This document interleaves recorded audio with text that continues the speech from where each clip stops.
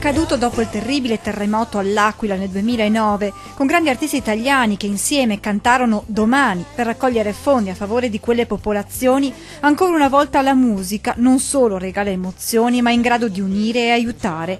Stavolta ad esibirsi sono una cinquantina di cantanti e musicisti bellunesi che hanno realizzato il brano Alziamo la voce, parole che raccontano la voglia di reagire dopo l'alluvione di fine ottobre. Riparti adesso ed aiuta chi ha perso l'allegria. Teniamoci per mano, non pensiamo alla nostalgia. Uniamo le forze, creiamo un'empatia. A fine giornata una dolce fotografia. Nel testo emerge tutta la forza e la tenacia del popolo bellunese che dopo il disastro non ha perso nemmeno un minuto e senza piangersi addosso ha iniziato a lavorare, a ripulire e a ricostruire.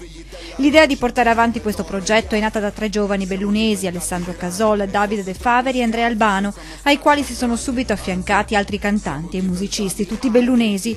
I soldi che verranno raccolti saranno interamente destinati alla ricostruzione della montagna veneta.